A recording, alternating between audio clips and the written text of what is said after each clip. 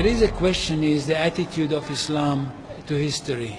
And in fact, what we find, the basic attitude is that all history is in fact an Islamic history.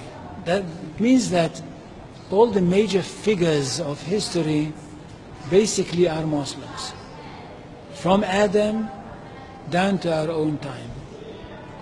So if the Jews or the Christians are demanding something and basing it on the fact that there was a king called Solomon or a king called David or a prophet called Moses or Jesus, then of course what they are doing, they are saying something which is not true, or in fact they don't know that all these figures were basically Muslim figures.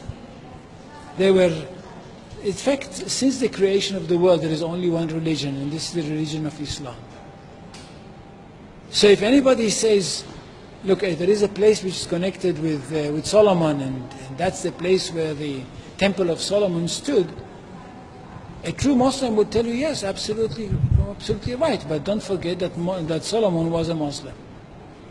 And David was a Muslim, and Abraham was a Muslim, and Isaac was a Muslim, and Jesus was a Muslim. This is what I mean by the Islamization of history. And you can understand that through Islamization of history, you've got Islamization of geography. Anywhere which was connected with these people, or with these prophets, which were all Muslims, becomes a Muslim territory.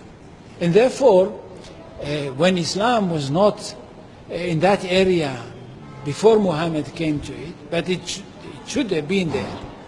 In that area, I mean in the Middle East or other parts outside the Middle East, which are now Muslim parts. Any place like this had to be freed, not to be conquered, had to be liberated. So Islam appeared in history in the time of Muhammad, or reappeared in history from their point of view, reappeared in history as a liberator. And therefore there is no Islamic occupation. If somebody occupied anything, it would be always somebody else, not the Muslims. So there is no Islamic occupation, there is only Islamic liberation. So there is no Islamic occupation, there is only Islamic liberation.